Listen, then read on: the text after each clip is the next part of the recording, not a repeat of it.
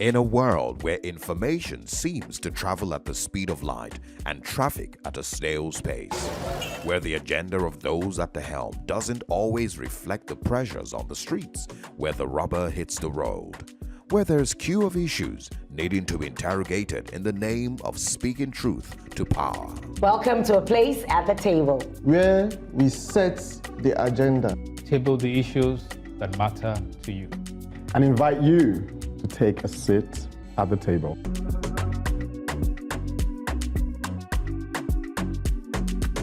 Welcome to a place at the table. The 2027 elections is on the menu and the game is on. That's right, Elsie. And still on the road to 2027 elections, I'll be driving home the matter of the Citizens Memorandum. Still on citizenship and nationhood, I'll be tackling the theft of our children's identity that is happening under our noses, in our classrooms, no less. Sounds intriguing. Something for the young and something for the, say, middle age.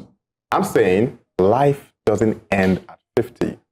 Some might say that's when it begins. You can see that again, Bright. Now, whether this is a life and death issue is open to debate, but it has become a legislative matter. I'll be speaking on paternity fraud and mandatory DNA testing. Yinka, I don't know about life and death, but it will certainly make for a robust conversation. Let's hit the road.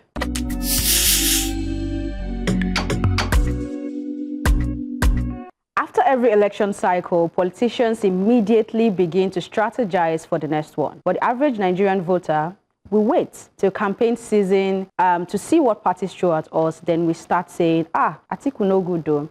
Obi Sef is not different. Tinubu is not that fine. In the last 6 months alone, we've seen major defections, all moving from one party or the other to the APC. Alliances are quietly forming, and politicians are already positioning themselves ahead of 2027. Even against the laws of the land, these politicians have gone ahead to begin campaigns. So I ask, if they can defect, align, and campaign, what's stopping you from getting involved now? If they can plan years ahead, why can't citizens do the same? Democracy doesn't thrive on apathy. It thrives when citizens show up to speak, to vote, to demand better. Right now, INEC, that's the Independent National Electoral Commission, has reopened its continuous voter registration. This is a fresh window for Nigerians, especially first-time voters, to step forward and secure the most powerful tool of citizenship, which is the permanent voter's card. This is not just about those registering for the first time. The CVR, which is the continuous voter registration, covers everyone. Young Nigerians turning 18,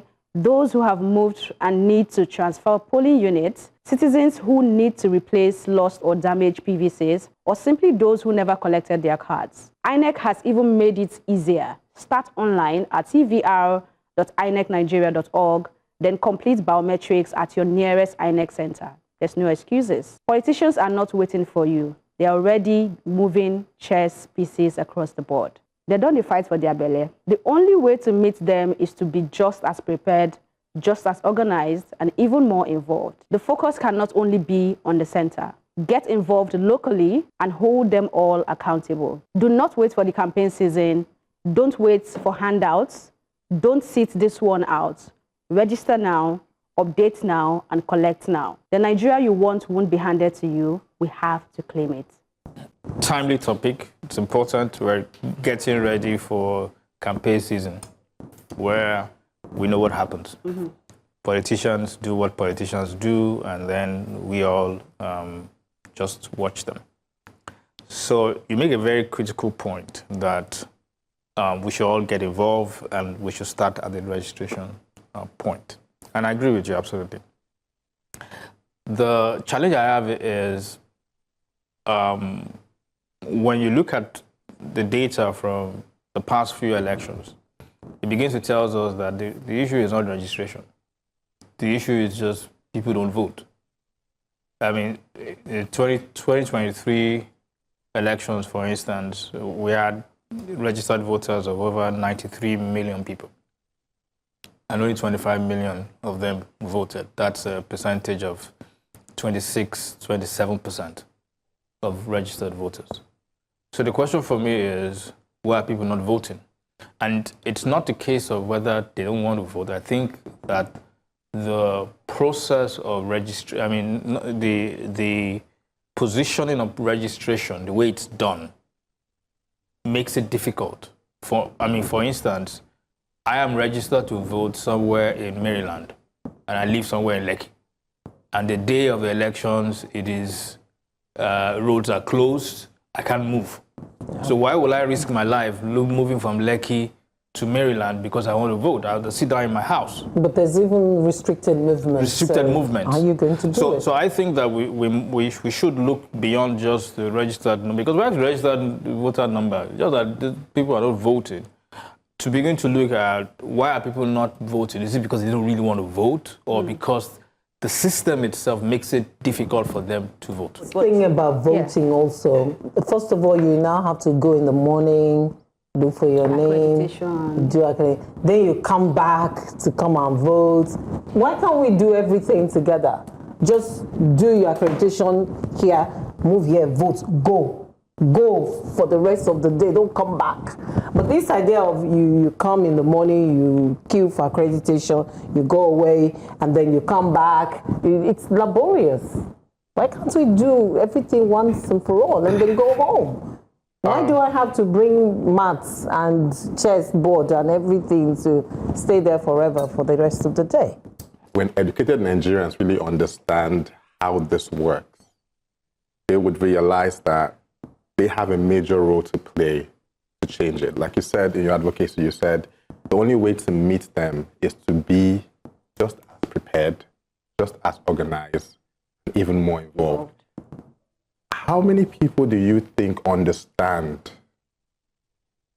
how governance affects them in Nigeria? Look at the numbers first. That's the first thing we do.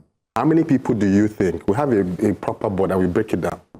How many people do you think understand how governance affects them? How the president or the legislative or the... Even the local government chairman. They don't know. I can tell my mom doesn't know.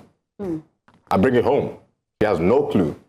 The second thing is, how many people are educated enough to be able to go through that process? First of all, if I don't see the outcome of this whole thing, why would I be interested to go through this long process that Yinka just explained? What is the outcome from it? What's the benefit? There's no point. So you look at a country that's 250 million people approximately, and the number of people that decided the president is 8-point-something million. That's 4% of the entire population. And we call that democracy. The thing that we have to do is the people who are, like Yinka said, it's not registration, it's education. People need to be educated. That the reason why you don't even understand or feel the outcome of the government is because of this, and this. People that are educated have to organize themselves and go to these communities, because at the end of the day, they are the one that decides. If the politicians go there and say, oh, take 10,000 naira, they know that 10,000 naira can feed them today. They don't understand the outcome of tomorrow or next one or next week or next year. They take that 10K and they do exactly what that politician says. So until we that are educated, we that are exposed, go down to the grassroots and educate them and make them understand that if you do this and this and this can change. If you can, this is what you can do to hold your leader accountable. Then we can start getting more results. The second thing for me is, why is it that we're not letting diasporans vote? Very, very important. I don't understand why. They are a huge part of the economy. They are very educated, they're very enlightened. There's a huge number of them. Why are we not letting them vote? And they contribute to the revenue. Massively. Why are we not letting them vote? Because we know that if they get involved, the numbers will shift. So at the end of the day, are the politicians, do they really want change, or are they benefiting from the current system? Are they making it difficult for the people who can make the decision to have the right leaders in position? Are they intentionally making it difficult for them? I like Bright's perspective about no education, which is, as an educator, that's the part that perspectives I'm coming from. A lot of our teachers don't even know these things, so they can't even pass it on. So a lot of things are not understood. So to be a teacher these days, you only need 100 points. Jump points to be a teacher. A lot of these things are not understood, and a lot of people also don't believe in the in the system. So one thing is you don't understand it, then you don't believe it. You don't believe that if I vote, it's going to make any difference. You believe that it's going to be rigged anyway. So a lot of people don't even, I've heard it. I've heard people in my own sphere of influence like, even if you vote and this person wins, they're still going to, change whatever it is.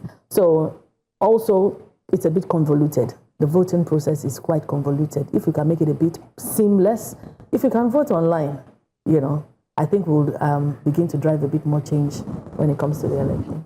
Yes, and I like that you wrote in your monologue that democracy doesn't thrive on apathy, and that we don't sit this one out. It's easy to just arrive at that point, like, what's the point? Whether we vote or not, they are still going to get there. If they don't get there by rigging the election, they're going to use the courts anyway. So I'm going to sit at home. But you've asked us not to sit it out.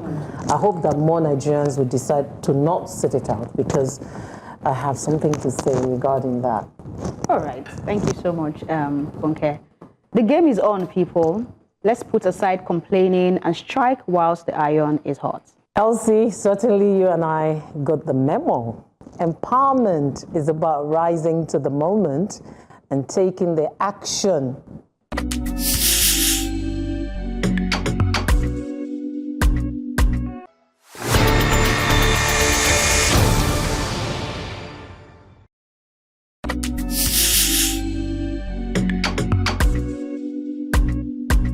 The 2027 elections is about 2 years away. We've seen the frenzy with which politicians have been preparing. They're forging alliances, party henchmen decamping to other major parties, and beginning the treacherous habits of wooing the electorate. We've seen the National Assembly undertaking another round of electoral reforms. And I had wondered how the electorates, the citizens themselves, are getting ready for the 2027 elections. And finally, Yaga and the International Press Center are speaking up where it matters. They have drafted and published a citizens' memo for electoral reform. So finally, there's a document that articulates the yearnings of the people targeted at improving Nigeria's electoral need.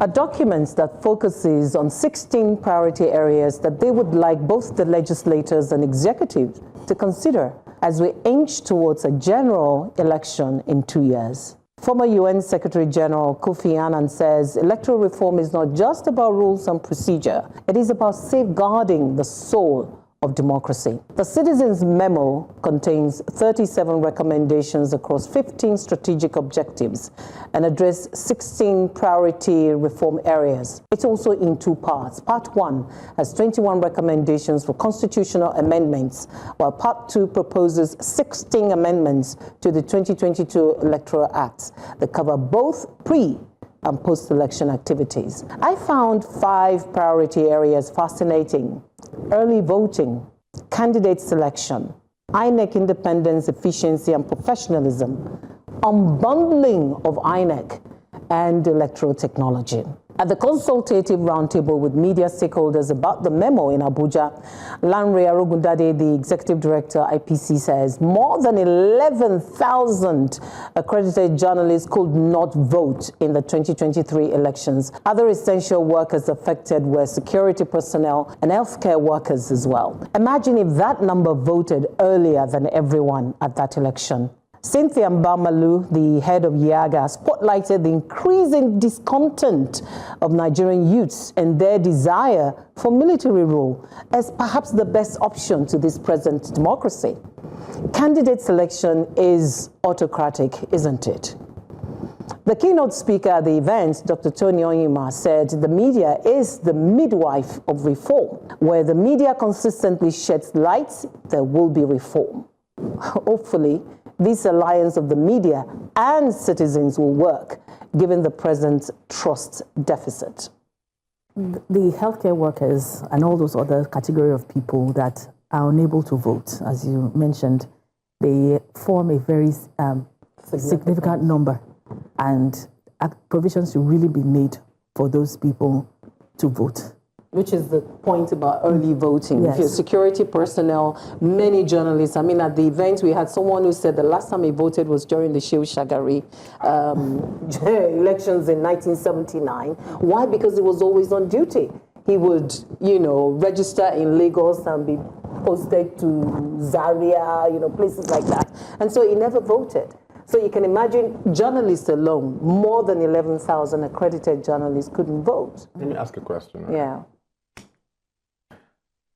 And I need everybody in this table to probably like have an answer to it.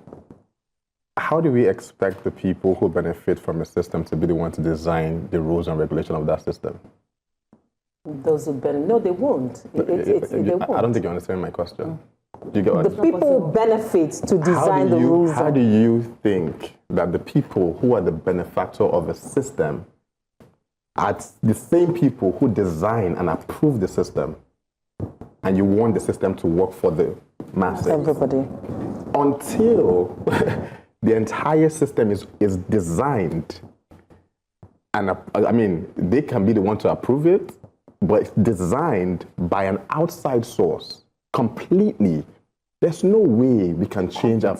Outside. Do you understand what I'm saying? There's no. These guys designed this thing to their benefit. I mean, think about the delegates voting, and at the end of the day, we're all just watching. Delegates decide who wins the primaries. Yes, About 60 people decide, or 70, I don't know the numbers, decide who runs. Like,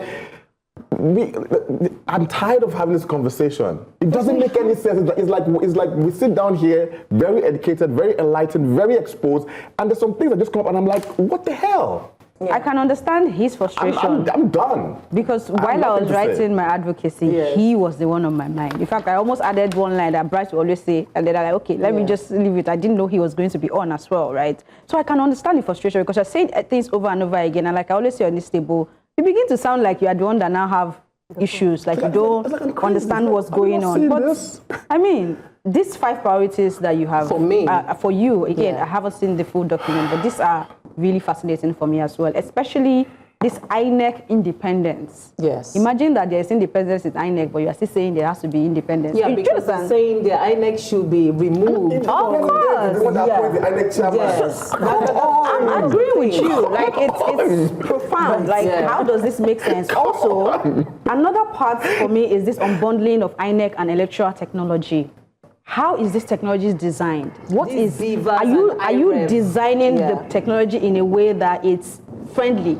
I mean, in our tech world and fintech and all, we say user-friendly with this, right? How is this user-friendly to people that are supposed to use the system? Like you mentioned, you're going to vote, you have to come and do accreditation, and then you go back. Even the accreditation, if 100 people come out, maybe only 50 people will get accredited, right? So we have too many issues. We keep talking about it, and it seems like you're pouring water in a basket. You know, so I really hope that we can get people who are really forward-thinking and are thinking of Nigeria for the future. Because right now, those that are designing this and approving it are thinking of their own pocket, how they will get back to that seat, and how they are going to win the elections. And I'm saying this is my camera. I believe in the current administration to take steps to ensure that when they're done with their time, they're able to put structures in place to make sure that we, as citizens of Nigeria, wherever we are, we're able to vote for someone that we want because they have the ability and the capacity to do it. I am hoping that they do. Democracy takes time. And if we decide that democracy is the system of government we want, then we're going to have to be patient with each iteration of democracy.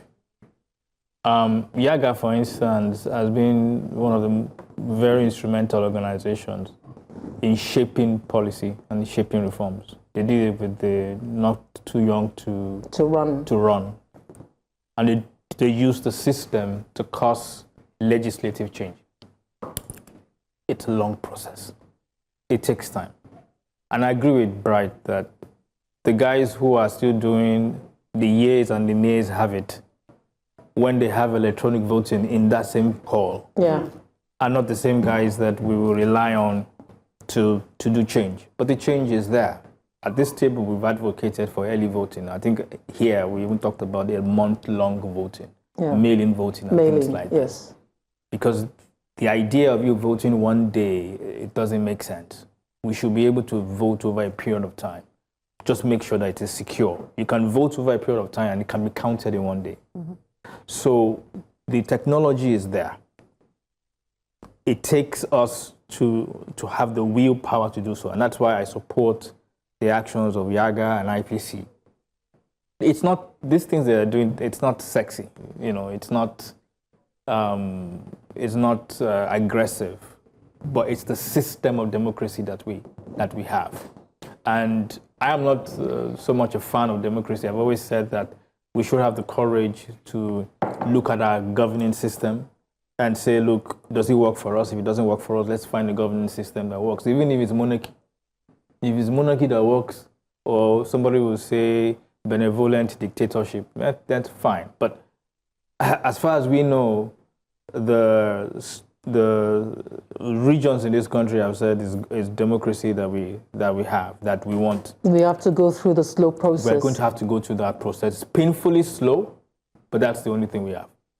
I'm glad that one of the things that we've discussed at the table here too, I think it was Zuma who brought that to the table, the fact that prisoners also should be able to vote. And I know that News Central has also championed diaspora voting. There's a lot, 16 priority areas, and I hope that they will succeed in getting those priority areas across to the legislature.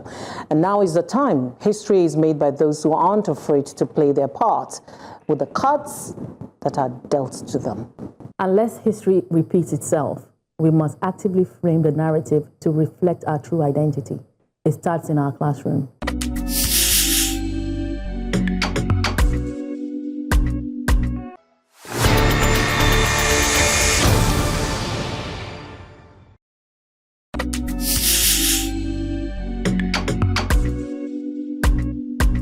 Today, I want us to confront an uncomfortable truth. Our children are being colonized again, not by foreign ships on our shores, but by the curriculum we teach, the stories we celebrate, and the silence we maintain about our own heritage. Every day, in too many schools and homes, we unconsciously recolonize our children. We tell them that their names are too difficult, their food too smelly, and their hair too unkempt. We'll drill them on Shakespeare, but never on Soyinka, which teach them about snow and tulips before yams and Iroko trees. We hand them Barbie dolls, but deny them black dolls that look like them. And then we wonder why our children grow up restless, searching for identity in foreign lands and foreign tongues. This is not education, it is erasure. The curriculum is not neutral. It shapes memory, pride, and imagination. When we only teach from a Western lens, we are telling our children quietly but powerfully that their culture, their people, and their history are not enough. That they must aspire to be anything but themselves. But I say this, it is time to rewrite the script, to raise a rooted generation that knows who they are before the world tells them who to be. Let us demand curricula that balance global knowledge with local wisdom. Let us fill classrooms with Nigerian literature, African heroes, our languages, our inventions. Let us affirm every child, you are enough, you are rich, you are worthy. This is not nostalgia. It is a nation building. A child who is rooted in identity cannot be easily uprooted by the winds of inferiority or the lures of colonization, old or new. The future of Africa begins in the classroom and how we choose to raise our children today. One of the things I've realized about Nigeria and our culture and our values is that we don't understand what we have. We live in a digital age where, especially young people, we're being influenced by, what we see on social media. And we think that's what cool is. But one thing that sets us apart, I've said this story before, is the fact that we're grounded in culture. When you see an American, right? And you say, what's your best meal? Pizza, burger, and stuff like that. We are grounded in culture. That's what sets us apart, right? But we live in a society. We live in a society that do not acknowledge and is not really intentional about building structure around our culture. right? We don't value the work that we do. You go to America, you go to Hollywood, there's the Walk of Fame. There's this particular one that's not on the floor, it's on the wall, and it's Muhammad Ali, because he said, I don't want anybody walking on my on the name, because his name is also the same with the prophet. So it's like, we don't want anybody walking, but that is there. There's always, the story can be told. When you see a star, you ask questions and you get to know about this person. We don't have a Hall of Fame. We don't have any, our history has been taken away from from school. So we don't even know the people that have built, over time. That the history is diluted. What is even being taught in school. And it's only been brought back 2 weeks ago. That they've just brought back the new curriculum and said, okay, we have to teach it. So it's a bit watered down. Now, our children don't know the history.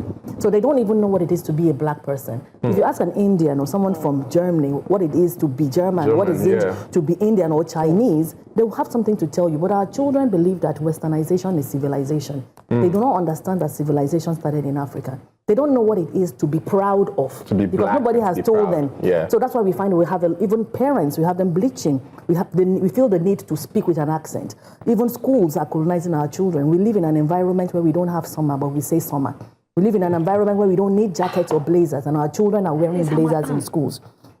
Our curriculum, we borrow curriculum, which is fine if you want to, but we must insist on history to be taught so that our children will know what it is that they should be proud of African. Parents are not speaking the languages to their children. Our lawyers are still wearing wigs. Yeah. And if you go to like Saudi Arabia and countries like, they wear the jalabia and all those sort of things. Even to courts, you find things like that happening. But here, everything has to be Western before it's good. Or we want them to endorse it.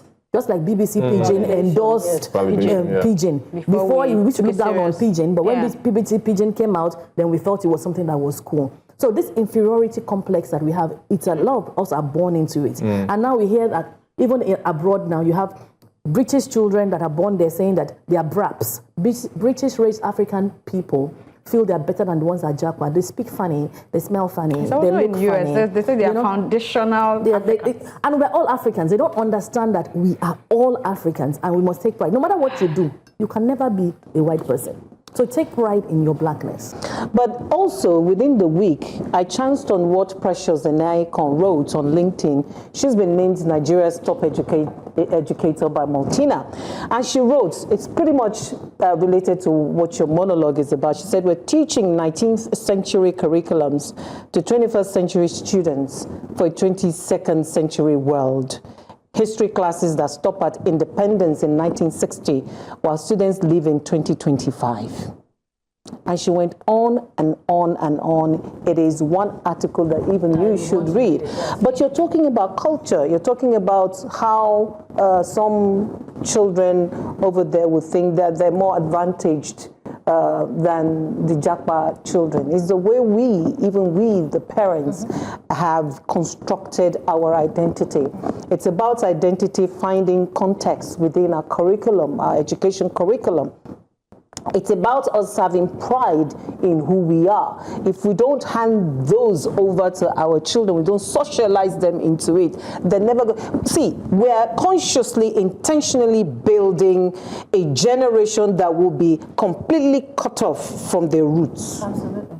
In the homes, they're not speaking the languages anymore. I think from what you just said, we also have to make it clear that the people we are talking to, especially on this conversation, are the middle class and elites. Yes. Because they are the ones watering these things down and wanting everything to be westernized so that they look like they are cool. They think it's posh. It's an cool amazing conversation we're having, and I think that you have nailed it. Everyone has said it. I don't think I'm an expert in this conversation, which is why I stay away from it sometimes. But for me to understand things, I try to make it personal. Now, in my friendship space, my network, I've seen my friends, but they'll probably watch this.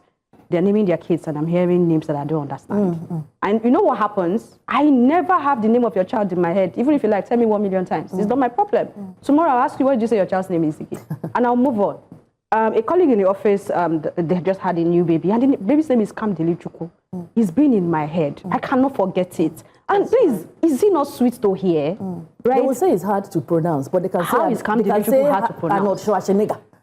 They can say all You those know, ones. I visited a very close friend in the UK, and the son's name is Adebare, right? If you see the way he calls his name, my name is Debare, and he's very proud of it. They're teaching him what it means and what the meaning is. We're walking in the mall, and a white lady stopped him and asked, "What's your name?" He mentioned. And then when the lady was asking him what it meant, the mother stepped in and explained, and of course he was like, yes, that's the meaning, right? So you having an English name or a foreign name doesn't make you better than the next person, right? So they would say it makes again, them help because them I don't fit have in. a child, I cannot have this conversation. You can have this conversation. You're African.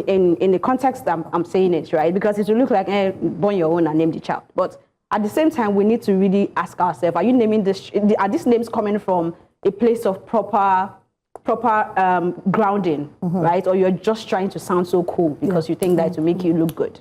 All right, so there's an identity war going on. Yes, indeed. It is. And other cultures aside from African culture have been very successful in shaping the world through their own lens. Indians. And Asians. if I was in their own shoes, I'll be giving myself Thumbs up. a thumbs up. Yeah. Because they've shaped cultures doing it. And that's why we see all this push by our people to look more Western, to speak more Western, to do things more Western. And we have to be very, very cautious of this. I mean, I thank you for the advocacy. I think it addresses, this part that in this identity war, we that are on the front lines as well, we must go with it with all the arsenal that we have. I remember when I went for my daughter's A-levels graduation. So I dressed as an African, and the conversation was, but Dad, how are you going to dress? Are you going to wear a suit or not? I said, no, I'm wearing my agbada, my whatever. It wasn't really agbada, but the whole African. And I went there, and I became the focus of everyone. Other parents came and started taking pictures with me. And one was like, I love your dress and everything. Yeah. And I used that opportunity to speak to my kids to say, look, okay, so you're opportuned and privileged to study, in that place.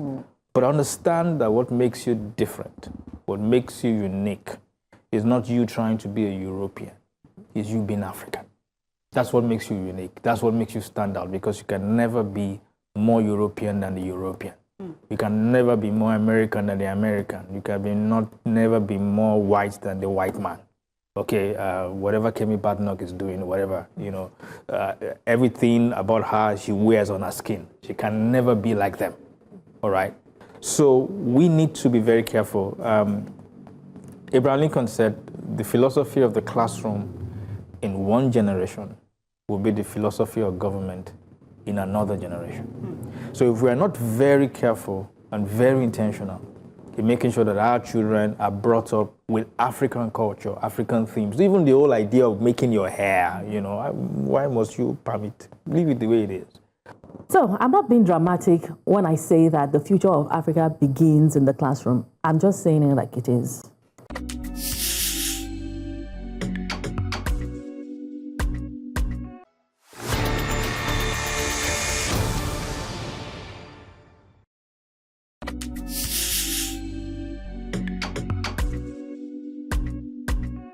Life doesn't stop at 50. Far from it. And to those of us who catch the vibe, it's time to make that move. Is that you now, baby? We live in a world where the older you get, the more invisible you become in the space of entertainment and social life. Society acts like fun has an expiring date. Think about it. Most concerts are designed for youths. Clubs, same thing. Even our event centers and festivals revolves around Gen Zs and millennials. And for those who are older, the only community society seems to create for them is retirement homes. That is sad. It's almost like the message is enjoy your life in your 20s and 30s, because once you hit your 50s, 60s, it's over. But why? At that stage, don't people still want to go out on dates, listen to live music, join a dance class, or laugh over dinner with friends? This gap has real consequence: loneliness, isolation, and poor mental health. We complain that our leaders don't think right, that older generation are out of touch. But what do you expect when many of them come home every night to sit in silence? Creativity doesn't grow in isolation. Productivity doesn't thrive without joy. So this Independence weekend, me and few friends are trying to close that gap. We're bringing the legendary Shalama, yes, the Grammy Award-winning icon of the 80s, to Nigeria. Jeffrey Daniel, Howard Hewitt, and Caroline Griffin. This is the group that gave us Night to Remember, Make That Move, and Friends. Jeffrey Daniel, the man who taught Michael Jackson the moonwalk. I get chills. These are legends. But this is bigger than just nostalgia. It's about creating space for our mature citizens to feel alive again, to celebrate life, to connect across generations, and to remind all of us, fun is not luxury, it's part of living. Relive your golden years and show the Gen Zs and millennials that life doesn't stop, it evolves. Because life isn't meant to be endured, it is meant to be lived. 2 weeks ago, we met the legend, Yes, yes. Jeffrey. Yes. Yeah. And it was, I was starstruck. This was a guy that we watched on Soul Train many, many years in the 80s at that time. And then seeing him, in flesh and blood was like, that's like, gosh. It's real. So, and it was real. It was like, that's my childhood. You understand? Right. There was something about it really that, took my mind back to sessions in the house. So myself and my wife, when we want to have our own, time, we go to YouTube and start playing the old schools. And then the kids started looking at us like, and then we will be in our own world. It's like we'll be singing the songs and all the rest. So thank you for that. Thank you for, I know you're part of all this. Thanks for thinking about us. I think somebody's thinking about us. Yeah. And not just the Gen Zs and everything and all that. It's important that we know that life doesn't end at 50.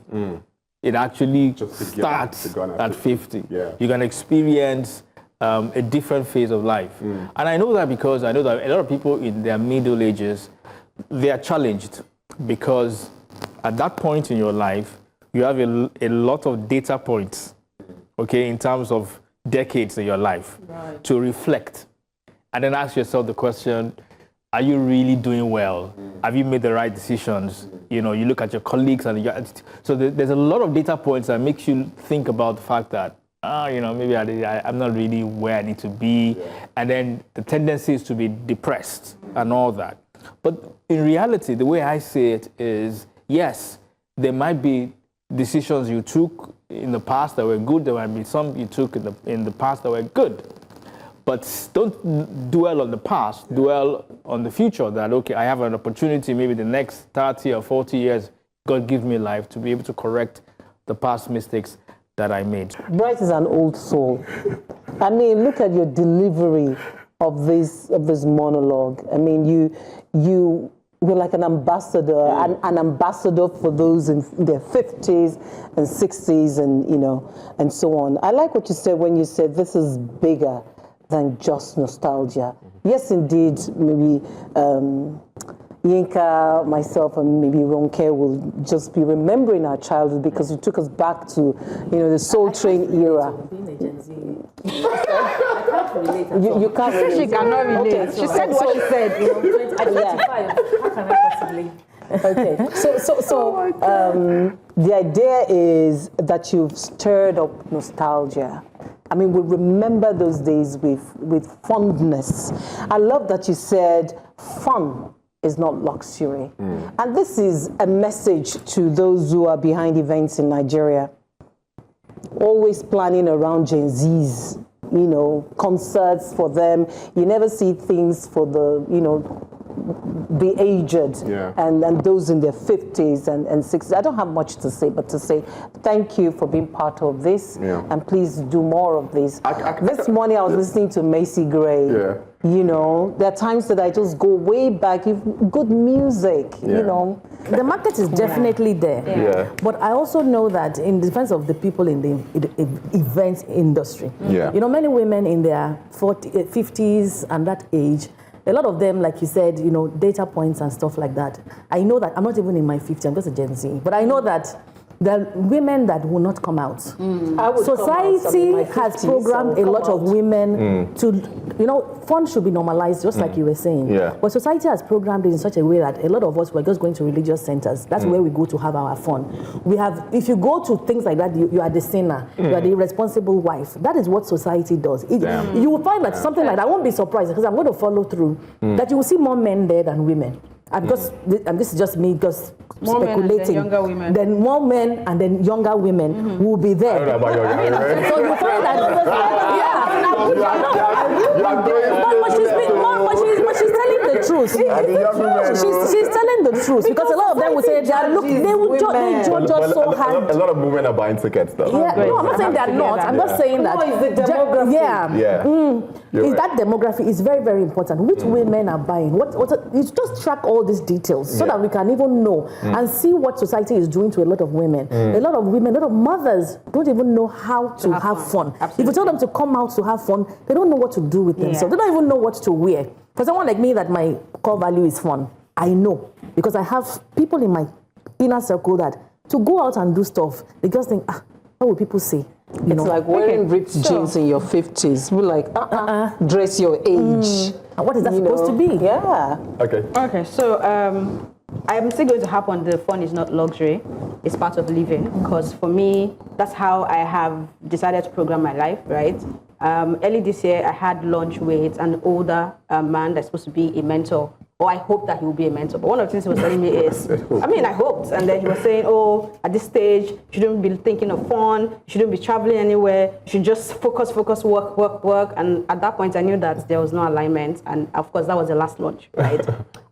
So I'm saying that to say, we've been saying life does not end at 50. For me, life does not end until it ends, right? Just have fun. Live your life. There will be problems. That problem is not going to end. It will still be there. Tomorrow you wake up, life is just you. The sad thing about life is that all your experiences, there's no time you're going to sit down and say, this experience, I'm now going to sit down and say, this is my book of experience to enjoy it. No, you will keep experiencing until the day you are not here to experience anymore.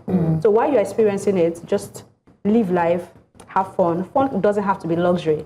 You can really have fun and do what you can do. I know someone needs to hear this, so I'll say it again. Life isn't meant to be endured. It is meant to be lived. So live life.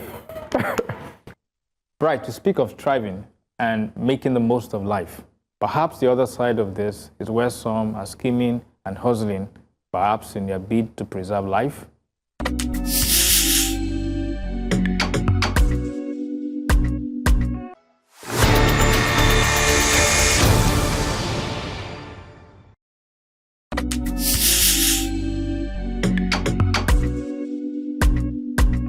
Martin Luther King Jr. once said, "Nothing in the entire world is more dangerous than sincere ignorance and conscientious stupidity." His words echo loudly today as we confront a subject many would rather avoid, the truth about paternity in Nigeria.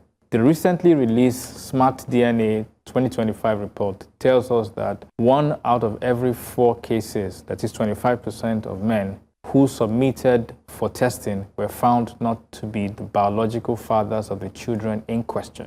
It's a staggering figure that has electrified public debate and fueled the clamor for mandatory DNA testing of all newborns at birth. But here lies the problem. That 25% did not come from a random survey of Nigerian families. It came from men who already had reasons to doubt. It came from families in immigration processes or from couples locked in legal battles. To lift that statistics and generalize it as a Nigerian reality would be a profound misreading of data.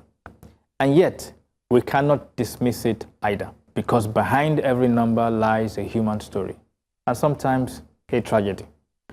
I know this not just from reports, but from a painful personal experience. In my family, a cousin I had known all my life turned out after a DNA test not to be who we thought he was. The discovery devastated my uncle. He never recovered from the heartbreak, and not long after, it claimed his life. That is the real cost of paternity fraud. Not just statistics on paper, but shattered families and broken spirits. So yes, we must be cautious about how we interpret reports. We must also be deliberate about how we legislate solutions. Mandatory DNA testing raises serious legal, financial, and ethical questions. Questions like who pays? How is the data protected? What happens when the truth destroys more than it heals? But to sweep this issue under the carpet will be cowardice. Nigeria must have an honest national conversation, one that balances science with sensitivity, rights with responsibility, and above all, keeps the best interest of the child at the center of it all. Okay? Right. I hear you. And I love the quote you started with by Martin Luther King, which talks about sincere ignorance and conscientious stupidity. And those are my uncles. A man knows he has low sperm count or zero count. He goes to marry an unsuspecting fertile woman, who then finds it hard to get pregnant. The society blames the woman for infertility. And then, in that marriage, the one who chooses to take divorce as the route out is also victimized by the society. So, the woman is right in the middle. You can't get pregnant, you're the problem. You can't take it anymore, you want to opt out, the society would shame you for being a divorcee. So what are women doing? They're looking for a way out. Let us go back to the men not being sincerely, what did you call it? Sincere ignorance and conscious stupidity. So we, the people, must learn to empathize with people who are infertile. We must learn to empathize with people who maybe because of domestic violence or infertility opt out of a marriage. And to understand that opting out of a marriage doesn't necessarily mean that you're what is it called? That you're promiscuous. We need to rethink the idea of a single woman in this society. We need to rethink the idea of infertility, being without a child for a woman. We need to rethink why women are single, and the fact that single mothers exist. Are you not conflicting the issue? No, I'm not. I don't think you're addressing I think you're I'm talking about DNA. Here. No, I am talking about DNA. What does it do with single mothers? It has a lot to do with it. You are not listening to me. Why? We need to rethink how. And I know what I'm saying. Yeah, I know you do. Let me come in a bit. Sorry. Thank you. Help me out. Chineke. In marriage, right, when a child has not come, who takes the blame? It's the woman, right? I mean, is this a practical example and practical cases? We're not talking about something that is pulled out of thin air, right? And then, actually, when the man knows, whether by going to wherever they've gone to know that they are the cause of the issue, they would never follow that woman to the hospital, right? But the blame will keep going to that woman. And then you see a woman then decide, okay, I have to find a solution. Even somebody from the Mass family will come and tell you, you have to go and find a way to bring a child home, right? And they go and get pregnant and bring a child home. Everybody's rejoicing. The man's shame has been covered. In fact, it's not like he's going to really have a real shame, but in the sense of it, the shame has been covered. So that is what she's painting. If you check most of the paternity cases, especially the ones that have been in the family for a long time before they find out, that is what you would see. Most? Right?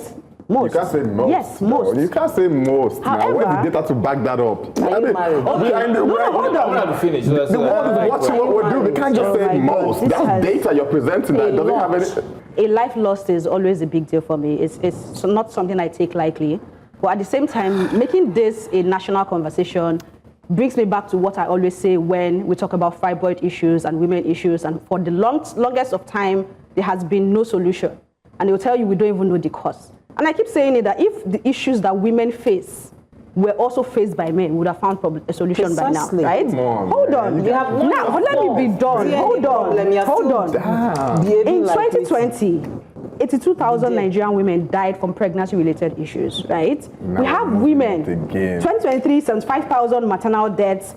Maternal deaths are happening every day, every time. What's right? that got to do with what Hold we're talking on. about right now? Let me be done, please. Okay, go ahead. It's going on, and we have not had a national conversation to even make childbirth safe for women, right? But we should have a national conversation about DNA. From what I picked up from your advocacy, when these couples have their children, we should have the DNA tests to remove any... I'm not saying that.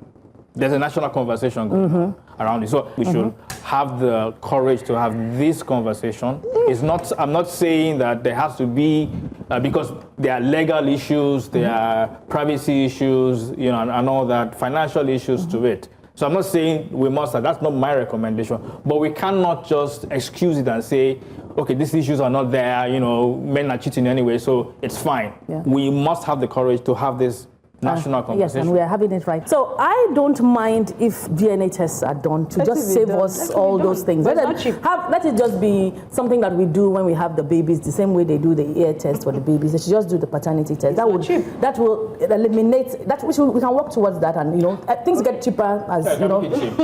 Things can eventually get cheaper. If we work towards that, that will work.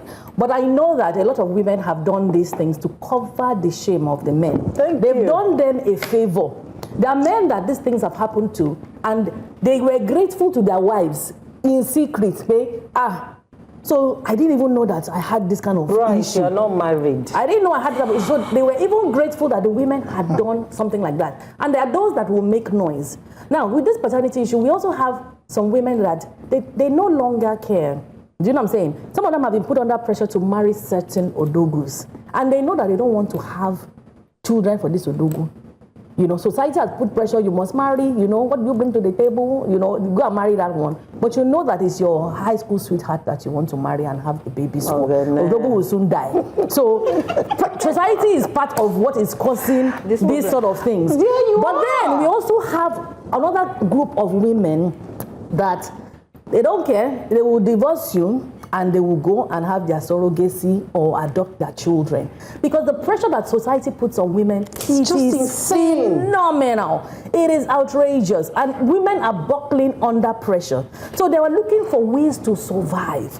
And I'm glad that we have this new crop of women that they will do what they have to do. I personally know people that have had triplets, twins without any man.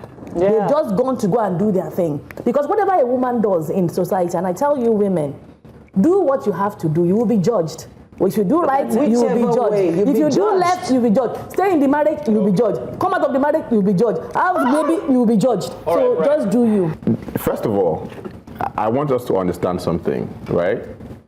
There's always going to be an answer to every question. Sure. If you really want to, I mean, for people that debate, there's always going to be a reason. A perspective, but not necessarily an answer. No, there is always going to be, I mean, what you just gave is an answer. It's a perspective. Okay, it's a perspective, but it also could be seen as an answer. Because what you've done is you have selected a particular part of the conversation and you've made that your perspective. But you generalize it at the same time. Because yes, there is that. I'm a he for she. You guys know on this table, I'm always for the women, right? But at the same time, we need to call a spade a spade. Yeah. If you guys can come on this table and any table in general and say, men are scum, men are cheats, men are this, men are that. No. Because when it comes to societal pressure, come on, guys, it's on everyone. No, it's not on everyone. No. Please listen to what I just said. When it comes to societal pressure, I think societal pressure on birth or DNA. Generally, it's not the same thing on the gender. Don't do that. On women. Can we just listen? More on women. When it comes to societal pressure, it's on everyone. More on women. No, what data are you using to back that up? It's on everyone. There's social pressure on men. There's more men committing suicide than women. There's data to back that up. Why are they committing suicide? Why are they killing themselves? What are we talking about? No. I'm telling you, the societal pressure is on everybody. It's not just on women. It's on everyone. So let's not use that as an excuse. But it's not on women. Accountability needs to be in the picture, and I feel like if we want to be sincere, the first step to any conversation like this is holding yourself accountable and understand the fact, because yes, there are reasons like this where you say, oh, okay, the family situation, that, I mean, what we see in Nigerian movies, that's a real thing, that happens, right? But that's not the only scenario, and that's not the only way out. If you have a situation where the man is not fertile, prove it. The one thing that we've identified is that accountability matters, and that this conversation is also nuanced on the other side of it. Very well said. My uncle's situation, for instance, he wasn't infertile. He had another child. It was one of the children that was not his.